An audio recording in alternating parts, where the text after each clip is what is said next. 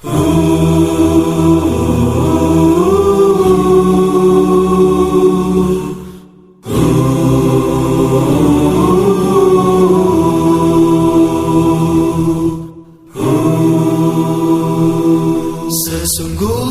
engkau tahu bahwa hati ini telah berpadu, berhimpun dalam naungan cintamu,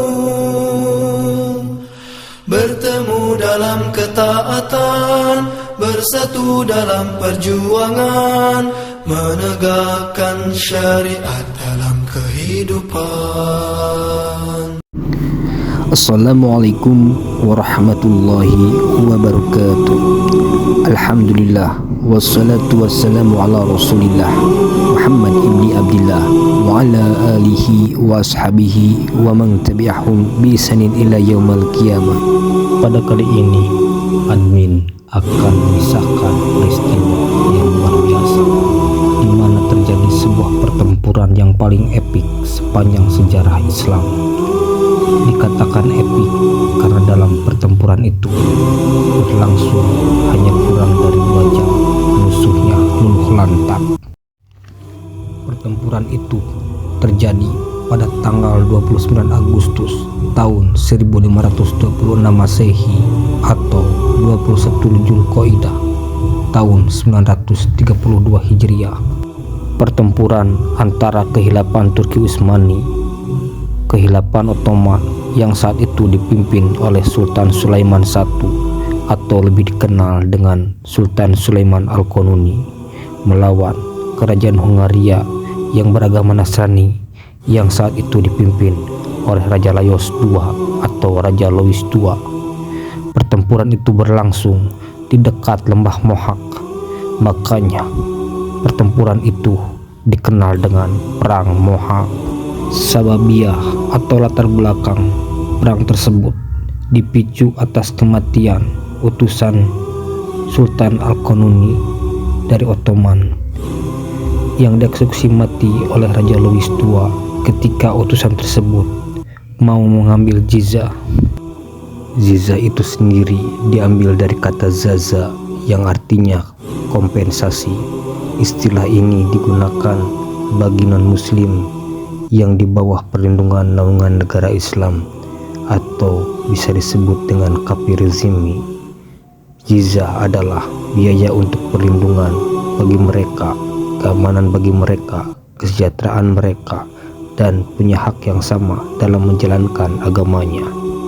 Karena pada masa itu kerajaan Hungaria adalah wilayah taklukan dari ekspansi kehilapan Ottoman, maka berlaku bagi mereka di bawah hukum negara Islam. Ketika Sultan Sulaiman Al-Qanuni mendengar kabar bahwa utusannya telah dieksekusi mati oleh Raja Louis II, maka ia pun marah besar. Dengan kata lain, Raja Louis II telah menghina, mencabik-cabik harga diri Raja Sulaiman Al-Qanuni, berarti dia telah menabuh genderang perang terhadap kehilafahan Turki Utsmani. Lantas Sultan Sulaiman Al-Qanuni pun menyiapkan pasukannya yang setia yang dikenal dengan pasukan elit Janissary.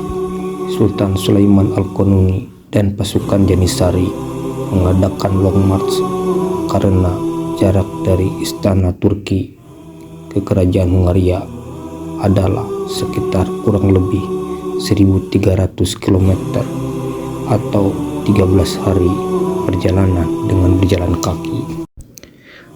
Tanggal 14 Juli tahun 1526 dimulailah pengepungan untuk melemahkan benteng-benteng Hungaria, dan tanggal 28 Juli tahun 1526 pasukan Turki Utsmani berhasil menangkap benteng Petroparadin. Pasukan Ottoman terus bergerak mencapai Aztek pada tanggal 14 Agustus tahun 1526 Masehi dari arah barat laut. Dari tempat itulah kemudian ke utara ke dekat Mohak, di mana di sana telah menunggu Raja Louis II bersama sekutu-sekutunya membawa pasukan. yang telah mempersiapkan diri untuk bertempur melawan pasukan Ottoman. Pada tanggal 28 Agustus tahun 1526 Masehi, tibalah pasukan Ottoman di dekat lembah Mohak, dan pada malam harinya Sultan Sulaiman Al-Qanuni memimpin sholat berjamaah bersama pasukannya. Kemudian beliau memanjatkan doa kepada Allah. Ya Allah, tidak ada kemenangan selain kemenangan-Mu, tidak ada kekuatan selain kekuatan-Mu, dan tidak ada lagi pertolongan selain pertolongan dari-Mu. Maka berilah kami pertolongan dan kemenangan yang terbaik. Setelah beliau memimpin sholat subuh dan berdoa, kemudian beliau berdiri di hadapan para pasukan Janisari.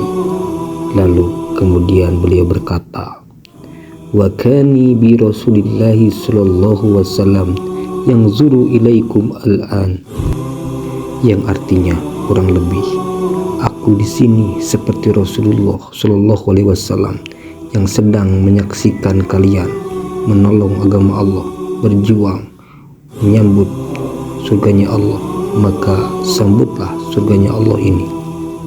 Semburat cahaya langit dari timur terlihat berwarna merah kekuningan.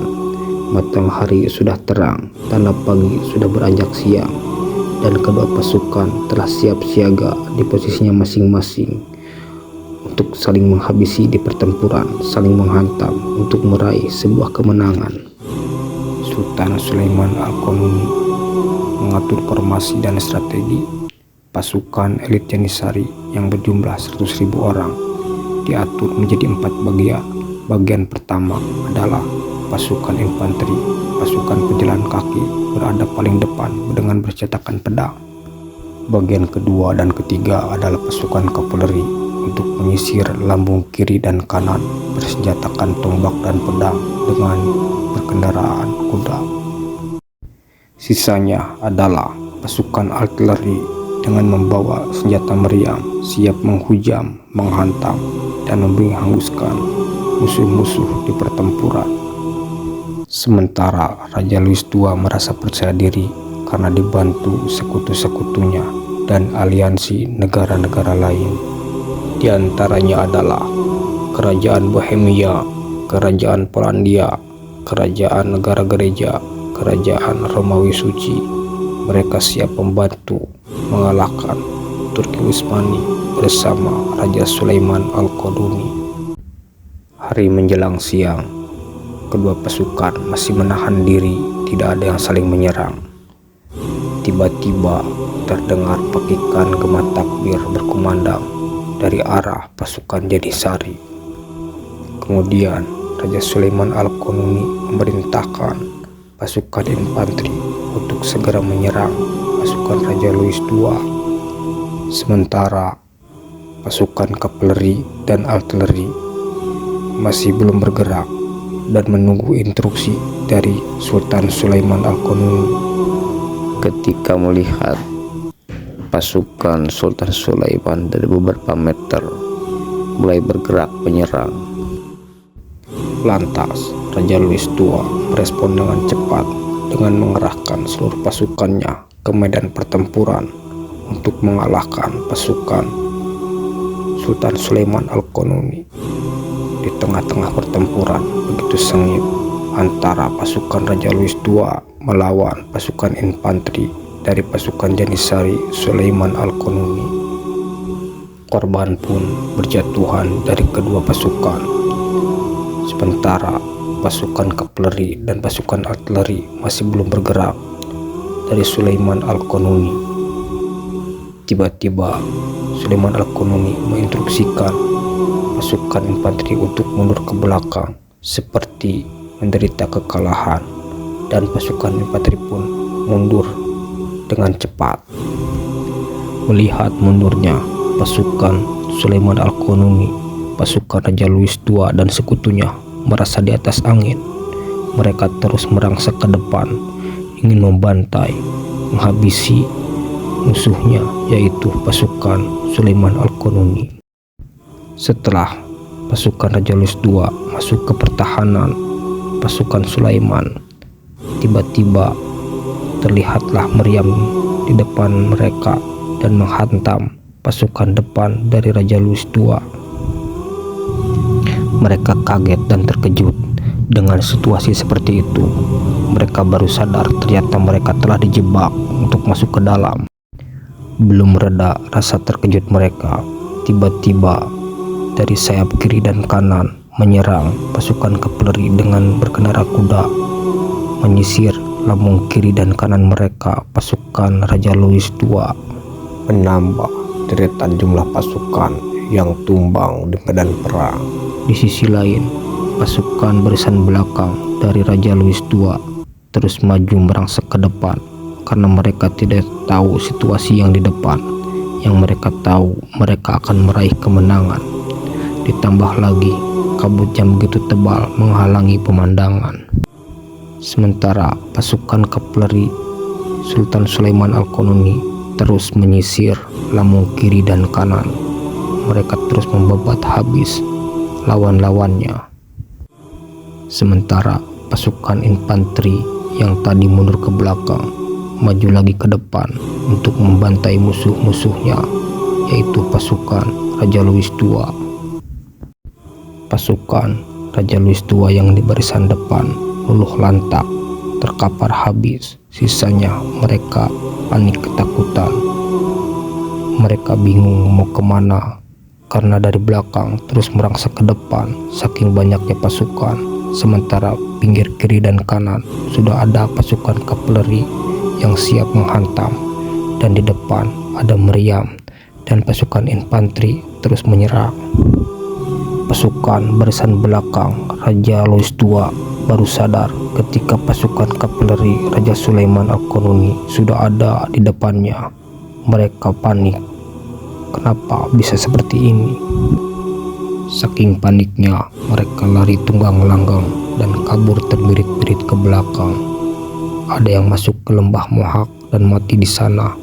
Ada juga yang ditawan dan ada yang mati di peperangan, termasuk Raja Louis II.